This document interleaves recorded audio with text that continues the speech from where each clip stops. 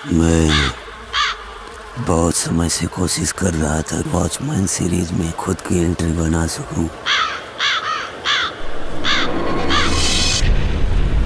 मुझे पता है तुम्हारे पास वो चीज है जिससे हम स्पेयर तक पहुंच सकते हैं। थोड़ी देर रुको, दिखाता हूँ। वॉचमैन सीरीज, तुम्हारे ग्लव्स, मेरी कोट और ये जूता। इस सीरीज में एंट्री होने के बाद बाकी वाइटल इंस्ट्रूमेंट से ज्यादा देर तक चलते हैं। इसके अंदर की शक्तियाँ अद्भुत हैं। इसका वास्तविक मालिक असीमित शक्तियाँ रखता होगा।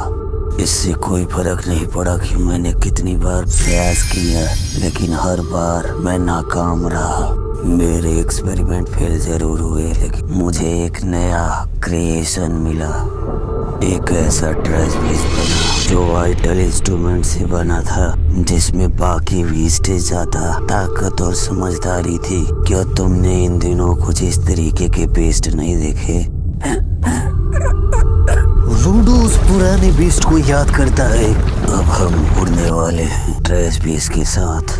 बाहर हमें एक बहुत बड़ा ट्रेस बीस दिखाई देता है, जिसके अंदर ये पूरी टीम से दृश्य बदलता है। हमें रूडो एक अलग जोन में दिखाई देता है, जहाँ वो बहुत दुखी है और लोग उसे बहुत ज्यादा बातें बोल रहे हैं कि तुम ऐसे हो, तुम खूनी के बेटे हो, ये हो वो, और ये सारी बातें रूडो को बहुत ही इरिटेट कर रही हैं। वो परेशान हो रहा है। तभी वहीं उसे रेप्टो दिखाई देता है, जो उसे संभालने का काम करता है। लेकिन अगले ही पल रेप्टो उन्हीं इंसानों की तरीके से बिहेव करता है, जिससे वो पूरी तरह से टूट जाता है और नीचे गिरता है। आंख खुलती है तो वो अपने झोपड़ी में होता है, जहां बुखार से बहुत ज्यादा तड़प रहा होता है। रेप्टो आता है, उसे तड़पता हुआ देखकर उस पर पट्टियां लगाता है और उसे खाना खिलाता है। लेकिन रूडो की हालत सही होने का नाम ही नहीं ले रही है। तभी वहां हमें वॉचमैन सीरीज की एक बुक दिखाई देती है और अगले दृश्य में रेप्टो उसके लिए वॉचमैन सीरीज का वो दस्ताना लाकर उसे देता है, जिसे देखकर रूडो भी थोड़ा सा शॉक हो जाता है और वो सोचता है कि आखिर रेप्टो के पास ये सारी चीजें आई कहां से। सीरीज, वॉचमैन सीरीज वास्तव में ये अद्भुत ताकत है। इस सीरीज की ताकत और इसकी क्वालिटी अपर लेवल की है, लेकिन इसे देखकर अभी भी लगता है कि इसमें कुछ कमी है। मेरे ग्लव्स, तुम्हारे कोट और अमो के बूट्स सीरीज का हिस्सा है। एक सीरीज? हाँ, तो क्या इसका मतलब ये है कि इसके और भी हिस्से हैं? हाँ। क्यों? रेप्टो के पास आखिर ये चीज आई कहाँ से? रूडो, तुमने जो रेस्टोरेंट में कहा था, तुमने वाइटल इंस्ट्रूमेंट के बारे में जाना ग्राउंड पर आने के बाद, सही है? ये अब भी रहस्य है। प्लेयर के लोगों के लिए वाइटल इंस्ट्रूमेंट के बारे में जानना नामुमकिन है। उसके बावजूद तुम्हारे पास ये वाइटल इंस्ट्रूमेंट क्या कर रहा था?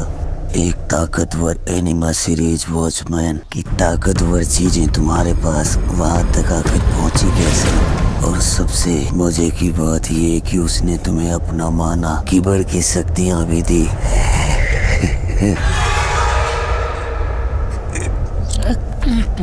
ये क्या बकवास है? आखिर ये चीज है क्या? वॉचमैन सीरीज, ये एक आदमी द्वारा यूज की गई चीजें हैं। उनमें से एक का इस्तेमाल करते हुए मुझे पता है तुमने कुछ तो नोटिस किया होगा। कितनी असीम शक्तियां रखती है एक आदमी जिसने ये सारी चीजें बनाई। कैसे तुम इतनी शक्तियों के साथ भी जिंदा रह सकते हो? इसका छोटा सा भी हिस्सा अगर कोई इंसान इस्तेमाल करता है, वो अपनी जिंदगी में सब कुछ पा लेता है। इसके बावजूद भी वो पागल हो जाता है। उसका कतरा कतरा नष्ट हो जाएगा। ये चीजें मेरे पास बहुत समय से थी। मैं तो पागल नहीं हुआ। दिख रहा है हम वॉचमैन सीरीज को आसानी से इस्तेमाल कर सकते हैं। इसका मतलब तो साफ है, हमने अपनी इंसानियत का वो बड़ा हिस्सा पहले ही कहीं घुमा दिया। रूडो अपने पुराने इंसिडेंट के बारे में याद करता है। तुम अपने आप को इतना कम क्यों समझते हो? यही समय है, चलो हम मिलकर इस असीम शक्ति का इस्तेमाल करते हैं। तुम्हें चीजें परेशान नहीं कर रही? कोई इंसान इतना कैपेबल है वॉचमैन सीरीज का इस्तेमाल कर सकता है बिना किसी साइड इफेक्ट के। एक एक करके अगर वो सारे पार्ट को इकट्ठा कर इस्तेमाल करे, उसके बाद क्या यही मेरा उद्देश्य है, जान सकूं। इसके लिए कुछ भी करूंगा। वॉचमैन सीरीज का इस्तेमाल करके मैंने बहुत सारी चीजें बनाई जिससे पता चल सके। इसमें बहुत सारे फेलियर्स थे, लेकिन फेलियर का मतलब खराब नहीं थे। शुरुआती एक्सपेरिमेंट में पैदा हुआ एक एनर्जी बॉल वास्तव में इसका कोर बना। अब दूसरे वाइटल इंस्ट्रूमेंट का इस्तेमाल करके इसे इवॉल्व करूंगा। आखिर ये सब भी एक एक्सपेरिमेंट है। फैक्ट, मैंने तुम और तुम्हारे साथियों को यहाँ इसी का हिस्सा बनने बुलाया था। एक एक्सपेरिमेंट जिसमें स्पेयर को हम ग्राउंड पर खींच के लाएंगे। ये सच नहीं है। जब तुमने कहा कि हम उड़ने वाले हैं, बाहर बहुत बड़ा ईगल ट्रेस पीस दिखाई देता है जो बहुत ही अच्छे तरीके से ग्रो कर रहा होता है। चारों तरफ तबाही। हम इस ट्रेस पीस का इस्तेमाल करते हुए बॉर्डर तक जाएंगे।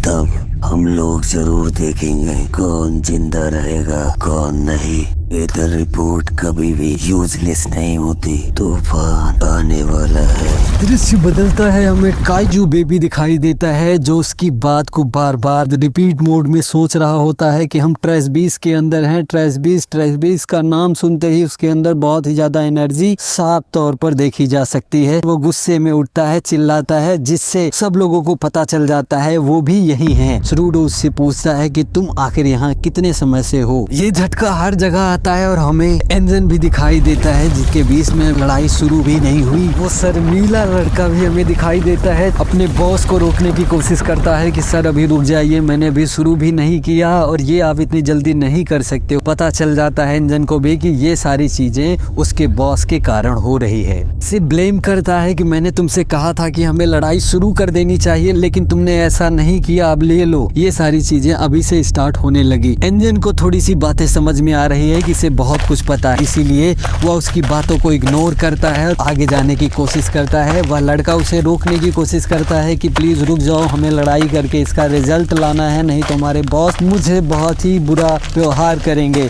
लेकिन वो नहीं रुकता, आगे चला जाता है। धीरे धीरे जाते हुए वो बहुत सारी बातें बताना शुरू कर देता है। तभी वो बताता है कि हम एक ट्रेस बीस के अंदर हैं और हम स्पेयर की तरफ जाने वाले हैं। ये सारा हमारे बॉस का प्लान था, जिससे एंजन सतर्क हो जाता है। उसी के बीच में वो बताता है कि अगर किसी का वाइटल इंस्ट्रूमेंट बहुत ही ताकतवर है तो वो इसके बाहर भी जा सकता है, क्योंकि ये आखिरकार एक ट्रेस बीस्ट ही है। एंजन उनसे विदा लेता है और वहां से निकल जाता है अपने दोस्तों के पास। ये हलचल छोटा सैंटा और बड़ा सैंटा के पास में भी आती है, जहाँ छोटा सैंटा बहुत ही गुस्से में आ जाता है और वो अपने पैर को पटकने लगता है, जिससे वो उसे रोकने की कोशिश करता है। और सामने वाला आदमी उसे बताता है कि सर थोड़ी देर और आपको रुकना था, मुझे इनसे बहुत सारे प्रश्न पूछने थे लेकिन आप बहुत जल्दी कर चुके हैं। तभी बातों ही बातों में वो ट्रेस पीस का नाम ले लेता है, जिससे दोनों बहुत ही ज्यादा ओवर एक्साइटेड हो जाते हैं और अपने वाइटल इंस्ट्रूमेंट का इस्तेमाल करना शुरू कर देते हैं। यह सब देखकर वो बहुत चौंक हो जाता है कि अचानक से तुम लोगों के अंदर इतनी ज्यादा शक्ति कहां से आ गई। तो वो बताते हैं कि तुम्हें पता नहीं है कि हम हैं क्लीनर और क्लीनर का काम ये है ट्रेस बीस का सफाया करना।